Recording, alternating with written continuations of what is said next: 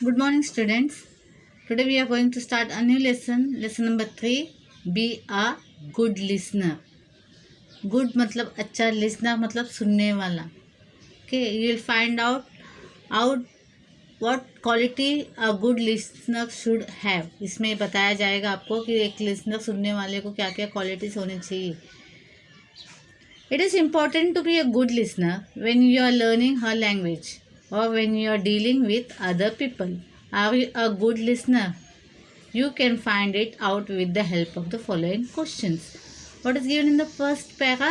It is quite important to be a good listener. मतलब अच्छा सुनने वाला. सामने वाला आपको कुछ बातें करता है, आप ध्यान नहीं दे रहे, यहाँ वहाँ देख रहे, नीचे देख रहे, छत देख रहे. You are not listening to that person, what that person is saying. So it is quite necessary to be a good listener. You have to hear what the people which who are interacting with you, आपसे जो बात कर रहे उसके पर आपका बातों पे ध्यान होना चाहिए. तो that person will be called a good listener. और when you are dealing with other people, कोई कुछ बोलता है या कुछ काम से रिलेटेड चीज़ें हैं, जब आपसे बातचीत होती है तो you should hear to that person what that person is saying. Are you a good listener? You can find it out with the help of the following question. Okay, here are some of the questions which will help you to tell that whether you are a good listener or not. First one, it is, when you are listening to someone, do you look at the person or do you turn your head away or toy with something else? What they are asking first in this para.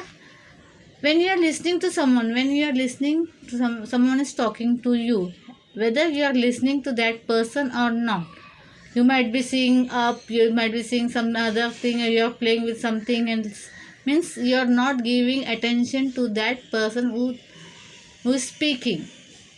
जो आपसे बात कर रहा है उसके ऊपर आपका ध्यान नहीं है, आप यहाँ वहाँ देख रहे, किसी चीज़ों के साथ खेल रहे. ऐसे लोगों को एक गुड लिसनर हम नहीं कह सकते. Good listener look at the speaker, यानी जो अच्छे सुनने वाले लोग हैं वो जो सामने बोलता है उसके पर ध्यान देता है, उसकी बातों पे अगर उसकी बात सही है तो उसमें अमल में लाता है, मतलब ये से उसे इम्प्लीमेंट करता है अपने लाइफ में. Second see, do you pay attention to what the speaker is saying. What they are asking, do you pay attention when the someone is talking to you.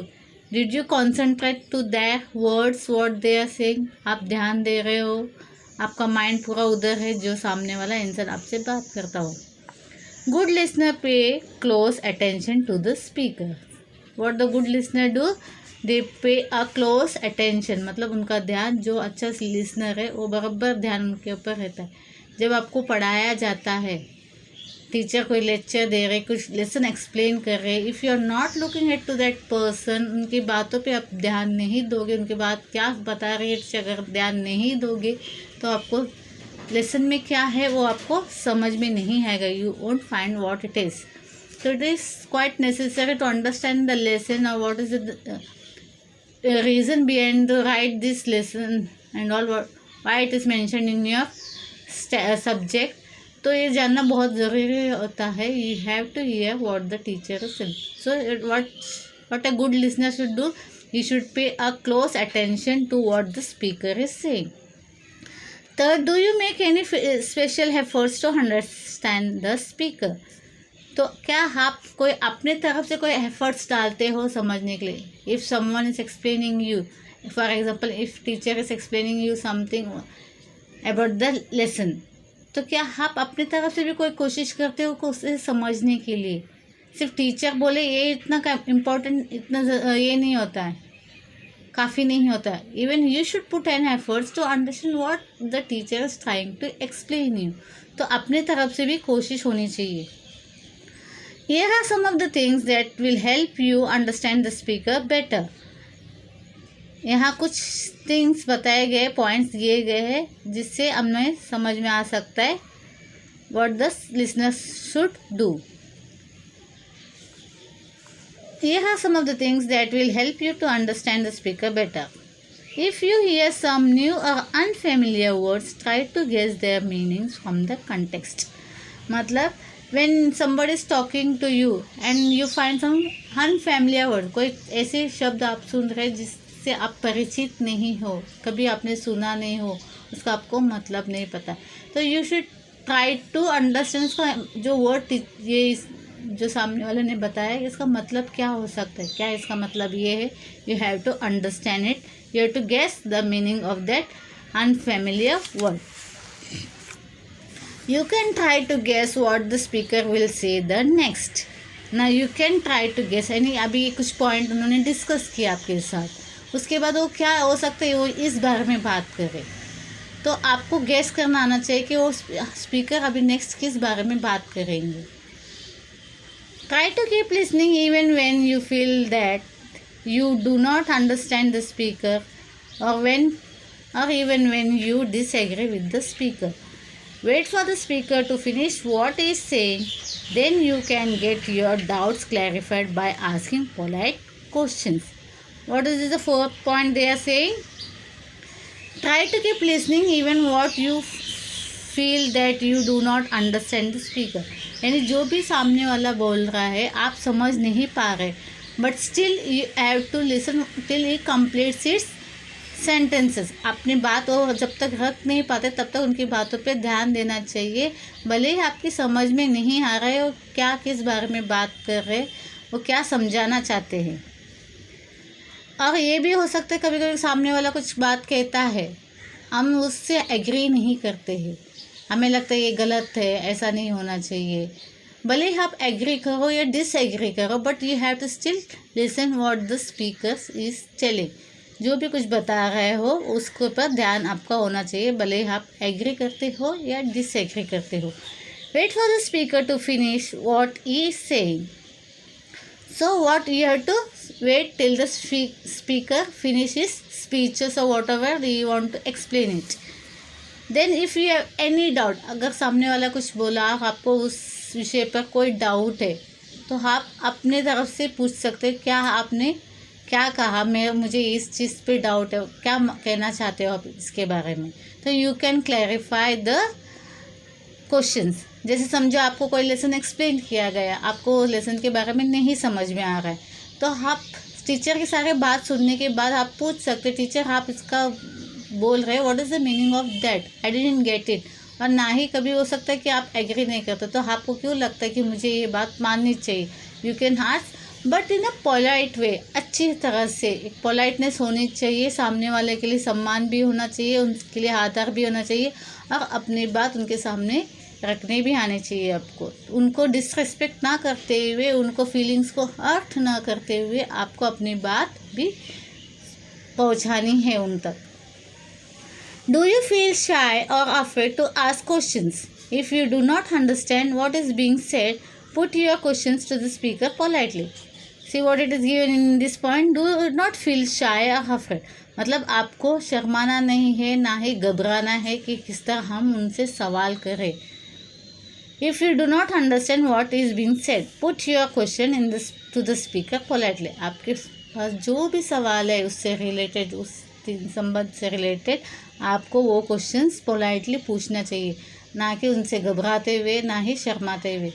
Mostly कुछ अभी टीचर पढ़ाती है तो आपको पूछने को हिचकिचाहट होती है, कैसे मैं पूछूं, अगर मैं पूछूं तो टीचर ने मुझे डांटा तो. You are afraid. कभी कोई बच्चे लोग बहुत शर्मीले किस्म के इंसान बच्चे होते, वो अपने आप को किसी के सामने खोलते नहीं, वो अपने आप को समझ में आए ना समझ में आए वो चुपचाप वहाँ पे बैठे रहते, शाय नेचर होते, वो बात करने से कतराते, क्योंकि उनका स्वभाव ही ऐसा शर्मिला टाइप के स्वभाव होता है. तो दे आर नॉट. तो आपको शर्माना भी नहीं है, ना ही घबराना है. You should not be afraid और shy about what you are going to ask. Sometimes it helps to note down important words और points even as you listen. जब कोई किसी बात में आपका डिस्कशन हो रहा है, समझो आप किसी सेमिनार में गए या कुछ प्रोग्राम अटेंड करने गए, इम्पोर्टेंट जैसे एजुकेशनल से रिलेटेड आप फॉर एग्जांपल ले लो, आपको कुछ बात समझाया जा रहा है, and what you can do one thing, वो चीज़ें सारी चीज़ें आपके दिमाग में नहीं रहती. You can't hold everything on your mind, मतलब वो सब चीज़ें आप कलेक्ट नहीं कर सकते. तो you can make up points, एक पेंसिल पेन लेके आप जो भी इम्पोर्टेंट पॉइंट आपके पास सामने डिस्कस किया जाता है उसे आप लिख सकते हैं। During the lecture also you can do the things जो टीचर एक्सप्लेन कर रही है, आपको लगता है this is important, you can copy it in the notebook. तो that will help you to recover the things again. जब आप घर जाओगे, आपको टीचर ने जो एक्सप्लेन किया वो आप पढ़ रहे हो and you are not able to get the points, आपको हेल्प करेगा उस चीज़ को समझाने में। So whatever you find it important for understanding the things, you can copy it and make a notes about that things. Lastly, it also helps to keep thinking about what you heard. You may grasp the meaning of the difficult word or phrase later on. तो क्या है, जो बात आप सुन रहे हैं, whatever you are hearing in the lecture or in seminar, whatever it is related to education or something important things, तो you can just think over it. मतलब जो बात आपको बताया गया, आप उसको बारे में फिर से सोच सकते हो, उसे आप रिकलेक्ट करने की कोशिश कर सकते हो और बाद में जाके उसको फाइंड आउट कर सकते हैं what they are saying. See here, now see in these things, please bring me the vase that had pink rose, it is on the dining table. Now this boy is saying something to this girl. Vase means, अभी ये words might be new to that child. तो vase क्या होता है पता नहीं. A bed of roses, a kind of pot, a frog.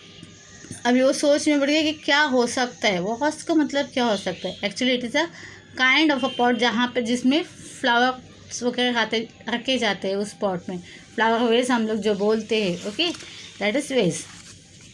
So this is what the lesson is. Here are some of the this also assignments also. See, write the characters of a good listener. It is given in your book. What the good listener should do. Listen carefully and guess how the sentence would end. This is all your assignments that will be given to you. Listen carefully and write all the words correctly. Write it down in right hand corner. I need 2 books. Me too. Yes, here are some things they are given. Listen carefully and write all the words correctly. Means you have to hear these things and later on you have to copy it out without seeing it. Here are some of the activities. Okay. So again I am revising you what a good listener should have. The quality of a good listener. When you listen to someone, you should not turn your head here and there. You should concentrate on what the speaker is saying to you. You should pay a close attention to the speaker. What the speaker is saying, you have to give the attention. Make special efforts to understand the speaker.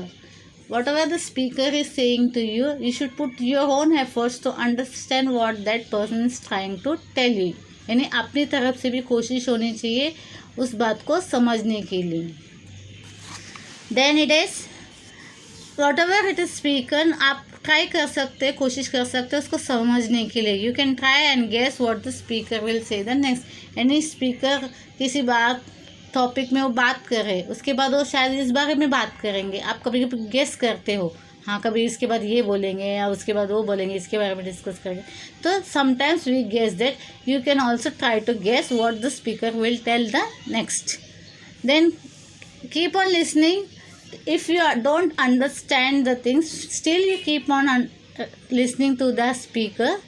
If you agree or disagree, again you have to just go on, keep on listening to the speaker. After that you can ask that person about, if you don't agree or agree, you can ask your doubts and you can clarify your doubts after the speaker completes his speaking. Okay, यानी वो सामने वाले जब बोल के ख़त्म कर लेते हैं अपने बात, आपको जो भी डाउट है आप उसके बाद उनसे पूछ सकते हैं with a polite words, without hurting the speaker. जो सामने आपसे बोल रहा है उसको बिना हर्ट किए, बिना उसको ये किए हुए, दिल को दुखाए बगैर आप अपने शब्द रख सकते हैं. अगर आप उससे डिसएग्री करते हो तो भी अपनी बात आप रख सकते हैं. Then it is, do not feel shy. यानी आपको शर्माना नहीं है, डरना भी नहीं है। आपको अगर कोई सवाल है, डाउट है, you can ask to that person politely. Politely is quite important, काफ़ी मुश्किलों को हल कर देता है। अगर आप एक्चुअली किसी से पूछोगे, मतलब बहुत रूड तरह से आप किसी को पूछोगे तो आपको जवाब नहीं मिलेगा। बट अगर वही बात आप जानना चाहते हो, अगर अच्छे से आपने पूछा उन्हें, तो नेचुरली आपको जवाब मिलेगा। अगर you find it something important, अगर कुछ भी इम्पॉर्टेंट लगता है सामने वाले जब बोलते हैं, किसी लेक्चर से रिलेटेड, किसी लेसन से रिलेटेड, कोई भी आपको लगता है इम्पॉर्टेंट पॉइंट्स है, तो आप उसको लिख सकते हो।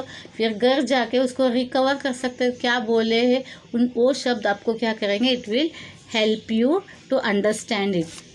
Lastly it will also help you to keep thinking about the hurt. जो भी चीज़ें आपने लेक्चर में सुना है, लेसन्स पढ़ाते हुए सुना है, या कहीं पे सेमिनार या एजुकेशनल सेमिनार में आपने सुना है, आप जानना चाहते हो, तो वो सब चीज़ें आपको बार बार आती रहेगी, कानों में सुनती आवाज़ें गिरती रहेगी, तो आप उसको समझने को कोशिश कर सकते हो, इवन समझ भी सकते हो।